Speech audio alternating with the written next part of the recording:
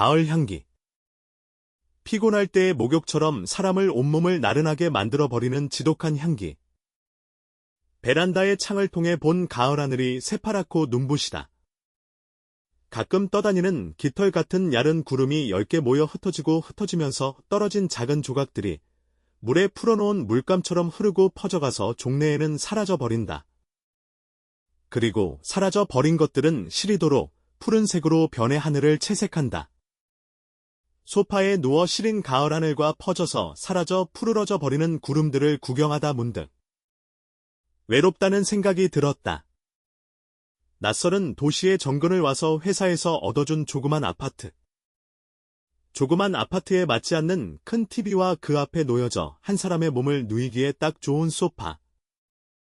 그 옆에 청동으로 만든 CD 장식장과 전화 받침대 그 옆에 이름도 잘 모르는 회사의 여직원이 사다 준 꽃병과 꽃. 거기서 세 발자국만 가면 작은 욕조가 달린 화장실과 맞은편에 부엌이라는 종래의 기능을 상실해버린 쓰지 않는 가스렌지가 덩그렇게 놓여있는 장소. 벽을 경계로 붙어있는 작은 방엔 컴퓨터와 옷장을 두어 작업실 겸 옷을 갈아입는 방. 한 사람이 사용하기엔 그다지 좁지 않고 넓지도 않은 방이다. 집에선 좀 더 큰 아파트를 구하라고 했지만 사람이 없는 곳에서 느껴지는 빈 공간은 외로움의 무게만 더해줄 뿐이었다. 3년 전만 해도 이런 생활은 생각하지 못했다. 누구보다 어여쁜 아내가 있었고 함께한다는 사실은 축복이었다. 너무나 사랑스러워 불안했던 여자. 아내가 임신을 했을 때 너무 기뻤다. 선녀 옷을 훔쳐온 나무꾼처럼. 이제 그 여자는 책상 위의 작은 사진액자에서만 웃고 있을 뿐이었다. 아내가 죽던 날 시리도록 파란 하늘 위를 수놓은 붉은 꽃망울들이 피어나고 덩그런 눈으로 죽기 전 동물의 눈망울처럼 나를 보던 애처로운 눈 아내의 눈망울은 나의 눈에 투영되어 작은 실개천이 흐르던 머릿속으로 흘러들어와 기억이란 불확실하고 불성실한 놈의 가슴에 그대로 화석처럼 남아버렸다. 아내를 보낸 후 몇 달을 미친놈처럼 보내며 아내에 남겨진 유품을 보고 오열했었다. 그녀의 향기가 남아있는 화장품과 그리고 자잘한 잔머리를 위로 올릴 때 쓰던 작은 빗과 앙증맞아 이뻤던 매니큐어 통과 립스틱. 그 모든 것들은 그녀를 생각나게 했고 가슴이 아려왔었다. 그리고 사진첩에서 활짝 웃고만 있던 그녀. 모든 걸 걷어가 버린 후에 남겨진 생의 한 토막들. 그렇게 술과 오열로 몇 달을 보내다 병원에 실려갔었고 퇴원을 했을 때 집에선 아내의 모든 유품이 사라져 버렸다. 가족들의 배려겠지만 이제 그녀가 영영 내 곁을 떠나버렸다는 사실을 다시 한번 확인시켜 주었을 뿐이었다. 그런 기간 동안의 회사는 묵묵히 기다려 주었다. 대기업에서 같은 팀의 회사 선배와 좋은 아이템을 가지고 나와 몇 명이서 함께 만들었던 회사라지만 그러긴 쉽지 않을 텐데. 옷을 갈아입었다. 집에서 항상 입었던 헐렁한 추리닝과 아내가 사줬던 오래된 스포츠 회사에서 만들었던 러닝을 벗어버렸다. 아내를 데려간 저 시린 가을 하늘은 나마저도 집에서 쫓아버렸다. 아파트에서 나와 도보로 10분 거리에 호수공원이 있었다. 인공적으로 만들어 놓은 호수가엔 가을을 즐기는 많은 사람들이 나와 있었다. 아이의 손을 잡고 온 가족들과 자전거를 타는 연인과 인라인을 타는 사람들. 각기 다른 사람들이 가을 하늘 아래서 하나의 그림을 만들어내고 있었다. 사람들이 품어내는 행복의 기운들이 칼같은 바람이 되어 몸을 후비고 지나간다. 괜히 나왔다는 생각이 들었다. 봄날의 아지랑이만큼 변덕스런 마음. 다시 집으로 돌아가야 했다. 이런 행복함이 묻어나는 곳에 있으면 안 된다. 깨끗한 방을 온통 더러워진 흙 묻은 발론 돌아다니면 안 되니까. 쟁걸음으로 돌아오는 길에 호숫가에서 멍하니 앉아있는 아이를 보았다. 아이는 호숫가에 뭐가 있는지 물을 바라보고 있었다. 자세히 보니 아이의 시선은 불안정했다. 물을 보고 있는 것도 아니고 하늘을 보는 것도 아니고 그저 뭔가를. 매직아이를 보는 눈처럼 한 곳에 정확히 시선을 두는 것이 아니었다. 움직이지 않는 고개와 모호한 눈의 시선은 묘한 대비를 이루고 있었다. 궁금했다. 저 아이가 보는 것이. 아무 말도 없이 아이의 옆으로 다가갔다. 4, 5살 정도의 머리를 곱게 딴 여자아이였다. 인기척을 들었는지 아이가 고개를 돌린다. 아빠. 아이가 날 보고 아빠라 한다. 그리곤 서슴없이 안아달라는 듯 손을 벌리고 달려든다. 아이의 활짝 핀 손 사이에 겨드랑이에 손을 들고 정말 내 딸을 안는 것처럼 번쩍 아이를 안았다.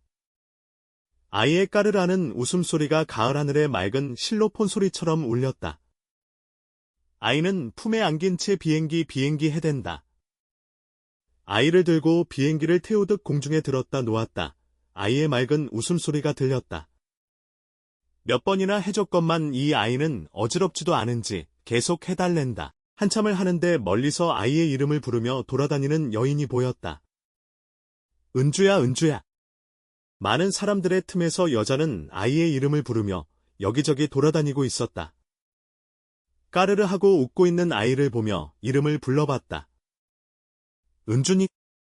그 말에 아이가 고개를 끄덕인다. 아이를 잠시 한 팔로 안고 여자에게 손짓을 했다. 여기저기를 보던 여자는 나의 손짓을 받고 나에게 안겨있는 자신의 딸을 확인하고 빠른 걸음으로 다가와 내 품에 있던 아이를 받아들었다. 여인은 감사하는 말과 함께 고개를 몇 번이나 숙였다. 그 과장된 행동에 나도 어쩔 수 없이 가볍게 목례를 하고 의례적인 칭찬을 했었다. 아이가 참 예쁘네. 내 말은 끝까지 이어지지 못했다. 여인은 아이의 엉덩이를 때리며 엄마가 멀리 가지 말라고 했지. 그런 말로 아이를 찾은 안도감과 속상함을 풀고 있었다. 그리고 거칠게 손을 잡고 가려는데 아이가 버티며 가지 않는다. 손가락으로 나를 가리키며 아빠야, 아빠 한다. 여인은 무척 속상해한다. 여인의 눈망울이 붉게 물들이며 눈물이 고인다. 은주야, 몇 번이나 말해야 알아. 아빠 멀리 다른 나라에 계신다니까. 목소리의 떨림을 아이에게 감추려 여인은 화난 듯한 목소리로 대꾸를 했지만 아이는 여전히 나를 가리키며 아빠, 아빠 한다. 참 난감했다. 그냥 돌아갈 수도 없었고 이 자리에 머물러 있기도 멀쓱한 그런 어색함을 여자가 풀어줬다. 여자의 얼굴은 미안함과 당혹함이 가득했다. 저기. 네. 괜찮다면 식사나 함께 할 수 있나요? 아이를 찾아준 것도 고맙고. 여자의 말은 기어들어가고 있었다. 그리고 설득력도 없었다. 아이는 여자와 내가 같이 찾은 것도 아니었으니까. 난 그냥 아이를 발견한 것뿐이었으니까. 마지막 말을 흐리며 여자는 먼 데를 보았다. 먼 곳을 볼 때 드러난 가지런하고 단정한 그녀의 목덜미가 가을 햇살에 눈부시다. 아내의 목덜미처럼. 그 이유 하나만으로 3명이서 피자집에 갔었다. 피자를 좋아하진 않았지만 아이가 피자를 무척이나 좋아하나 보다. 가는 길에 아이는 내 손을 꼭 잡고 놓지 않았다. 반대편엔 엄마의 손을 잡고 모르는 사람들이 보면 사이좋은 가족처럼 보였으리라. 걸어가면서 어색한 침묵만 없었으면 영락없는 사이좋은 가족이었다. 가는 길에 여자애는 자기 또래의 아이들을 보면 아는 아이인지 모르는 아이인지 모르지만 우리 아빠야, 우리 아빠 하며 힘주어 말했고 그런 말을 할 때마다 송곳에 찔린 듯 여자는 걸음을 멈추며 한숨을 쉬었다. 피자집에 도착해서 아이는 피자를 먹기보단 나와의 사소한 장난을 더 좋아했다. 시켰던 피자는 식어가고 있었지만 아이는 별로 손을 대지 않았다. 아이의 행동을 보고 있던 여자는 처음엔 말렸지만 아이의 집요함과 나의 넉넉함에 포기하고 둘의 행동을 보고만 있었다. 피자집을 나오고 여자에게 말을 걸었다. 저는 이만. 가벼운 말에 여자는 목례로 답했지만 아이는 그렇지 않았다. 내가 가려는 기미를 보이자 아이의 얼굴이 찌푸려지더니 울먹인다. 끝내 내가 등을 보이자 서러운 울음소리가 들렸다. 당황스러웠다. 고개를 돌려보니 아이가 땅에 주저앉아 울고 있었다. 울고 있는 아이를 번쩍 들어올리자 아이가 울먹임을 멈추려고 노력하다 딸꾹질을 한다. 옆에 여자는 이러지도 저러지도 못하고 안절부절이다. 아이가 아빠가 많이 보고 싶은가 봐요? 그러겠죠. 그럴 거예요. 여자의 힘없는 대답이 들려왔다. 아이는 내 목을 꼭 껴안고 놓지를 않았다. 마치 손을 놓으면 사라져 버릴 것처럼. 아이 아빠는 멀리 있나요? 내 말에 여자는 대답하기가 곤란한 듯 머뭇거리다 다른 대답을 한다. 저 괜찮다면 집에서 커피 한 잔 하실래요? 아이가 이렇게 따르는 사람은 처음 봐요. 여자의 호의가 부담스러웠다. 아니요, 괜찮습니다. 난 말을 마치고 아이를 여자한테 넘기려 했지만 아이는 도리지를 치며 목을 잡고 놔주질 않았다. 따뜻하고 조그마한 아이의 심장 소리가 전해진다. 아마 내 아이도 살았으면 이 아이만큼 됐겠지.